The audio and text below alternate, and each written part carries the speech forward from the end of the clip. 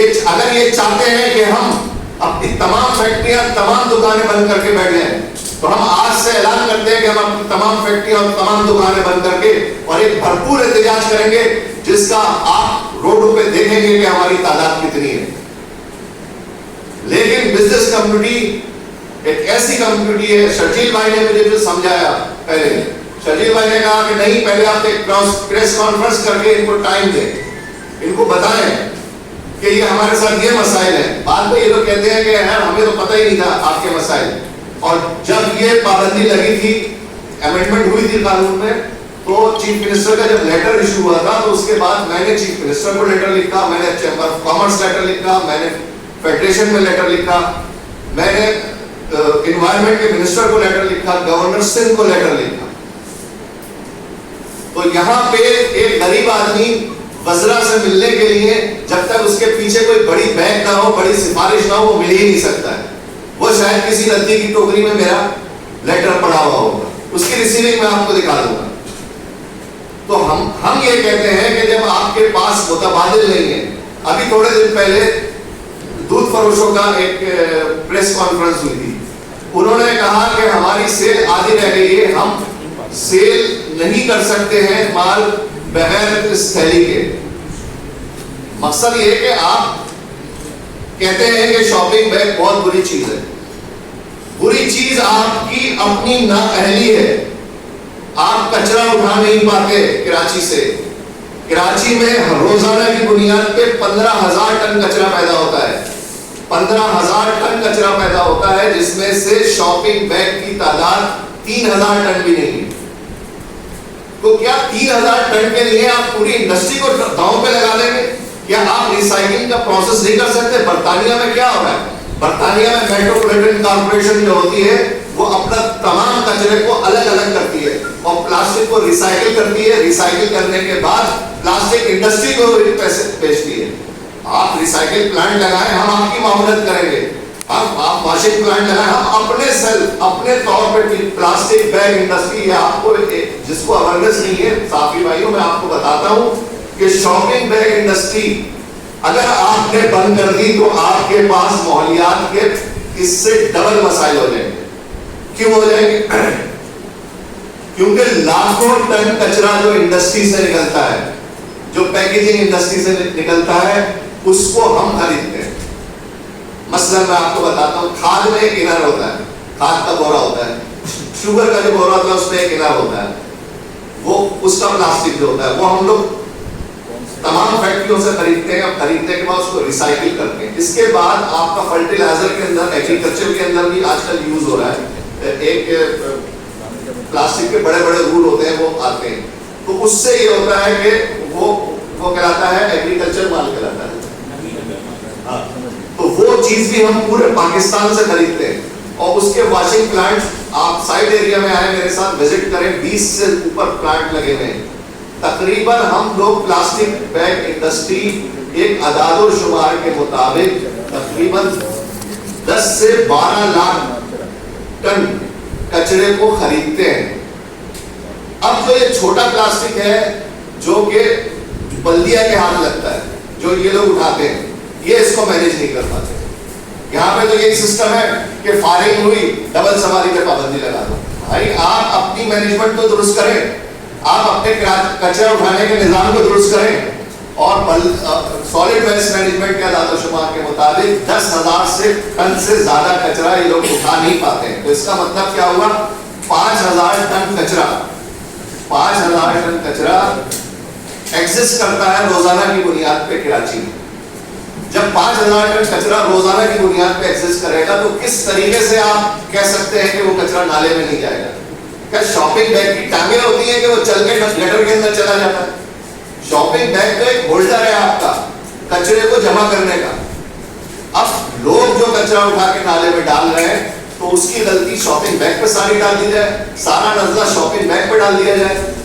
آپ الٹرنیٹ لے کے آئے. آپ وومن بیگ کا کہتے ہیں کہ وومن بیگ انوائرمنٹ کے لیے بہت زیادہ نقصان دہ ہے, کیونکہ اس کے اندر کپڑا پلس پلاسٹک ہوتا ہے اور وہ بھاری ہو کے نیچے بیٹھ جاتا ہے. وہ آپ کے گٹر کو اور زیادہ چوک کرے گا. شاپنگ بیگ تو آپ نے دیکھا ہوگا نالوں پہ کی سطح پہ ایک شاپنگ بیگ کی لیئر نظر آ رہی ہوتی ہے. وہ اصل میں وہ اوپر آ جاتا ہے پانی سے. اوون بیگ اوپر نہیں آئے گا, اوون اندر پھنس جائے گا. پیمپر جو ہے وہ فٹ بال بن جاتا ہے. کیا آپ پیمپر پہ بھی پابندی لگا دیں گے آگے چل کے, کیونکہ آپ کہیں گے کہ میں تو اٹھا نہیں سکتا ہوں کچرا. تو مقصد یہ ہے کہ اگر آپ صرف اور صرف اس کا واحد علاج ہے ریسائکلنگ, ہم کو انگیج کریں. ہمارے پاس ایکسپرٹ موجود ہیں, ہم آپ کو بتائیں گے کہ کچرے کو کس طریقے سے ساؤٹ کر کے علیحدہ کریں. اگر آپ سے ریسائکلنگ پلانٹ نہیں لگتے تو اس کچرے کا آپشن کریں. میں آپ کے سامنے لوگ لے کے آؤں گا, وینڈر لے کے آؤں گا, وہ کچرا آپ کا بک جائے گا سارا. مقصد یہ ہے کہ اتنی بڑی انڈسٹری کو جس کا 1 لاکھ اسکلڈ ورکر ہے, 1 لاکھ اسکلڈ ورکر ہے, جو آج ہمارا آپریٹر جو 82 سے چل رہا ہے ہمارے پاس, اور وہ آج اچھی خاصی اس کی سیلری ہے, اس کی آمدنی ہے, وہ تو زیرو ہو گیا نا. وہ کیا کرے گا, وہ کہاں جائے گا؟ تو اس متعلق سوچا ہے. ہم سے کہا جاتا ہے آپ کچھ اور بنا لیں. بھائی اس مشین سے کچھ نہیں بنتا. 36 لاکھ کی ایک مشین ہے, اگر یہ بند ہو گیا تو یہ مشین کباڑے میں 6 لاکھ کی بھی نہیں بکے گی, لوہے کے ریٹ میں بکے گی. تو بھائی اس سلسلے میں میری مراد علی شاہ صاحب سے گزارش ہے کہ اس قانون کو فوری طور پہ اس کو ختم کریں, ہمیں انگیج کریں. پنجاب میں دیکھیں, پنجاب میں بھی پابندی نہیں ہے شاپنگ بیگ پہ. انہوں نے پہلے شروع میں بین لگایا تھا, لیکن پھر انڈسٹری کو انہوں نے انگیج کیا, مشاورت کر کے ایک سرٹن مائکرون اور سائز پہ انہوں نے بات کر کے اور گورنمنٹ سے طے کر لی مذاکرہ.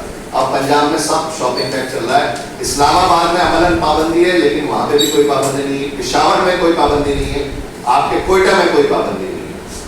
اب آپ کہتے ہیں سیل, پرچیز اور مینوفیکچرنگ پہ پابندی ہے, تو آپ ایک انڈسٹری کو کس طریقے سے بند کر سکتے ہیں؟ اگر میں پنجاب مال بیچتا ہوں تو میرا پنجاب, کراچی میں میری فیکٹری ہے تو یہ گناہ ہے میرا.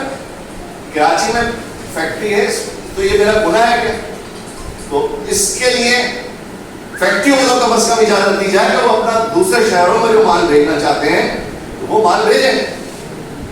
تو مقصد یہ ہے کہ گورنمنٹ انگیج تو کرے, ہم سے بات تو کرے, بات کرنے کے بعد پھر مسئلہ حل ہوگا. اور باقی تھوڑی سی جو ہماری باتیں ہیں ایاز بھائی تھوڑا سا